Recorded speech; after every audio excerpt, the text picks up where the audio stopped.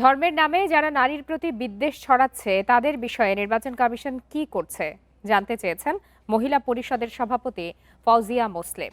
সোমবার দুপুরে জাতীয় প্রেসক্লাবের সামনে এক মানববন্ধনে এ নিয়ে প্রশ্ন তোলেন তিনি। ফৌজিয়া মোসলে বলেন, সমাজে নারীদের অবস্থান কি হবে তা পুরুষ নির্ধারণ করতে পারে না। যারা নারীদের ঘরে বন্দি করে রাখতে চায় তারাই নারীদের অসম্মানের কাজে লিপ্ত।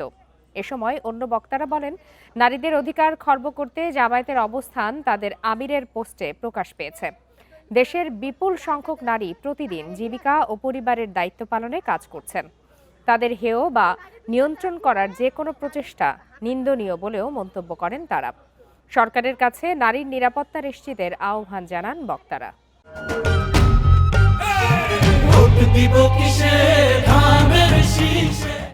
ধর্মকে রাজনীতিতে ব্যবহার করবেন না। এটা করার মধ্যে দিয়ে আপনার ধর্মকে কলুষিত করছেন, রাজনীতিকে প্রতিহিংসাপরায়ণ করে তুলছেন। কাজে এই জায়গাটাও আমার মনে হয় নির্বাচন কমিশনের দেখা দরকার, যে ধর্মের নামে যারা আজকে নারীর প্রতি বিদ্বেষ ছড়াচ্ছে, সমাজে ঘৃণা সৃষ্টি করছে, সমাজে বিদ্বেষ সৃষ্টি করছে, তাদের বক্তব্যকে তারা কিভাবে গ্রহণ করছে এটা আমরা জানতে চাই।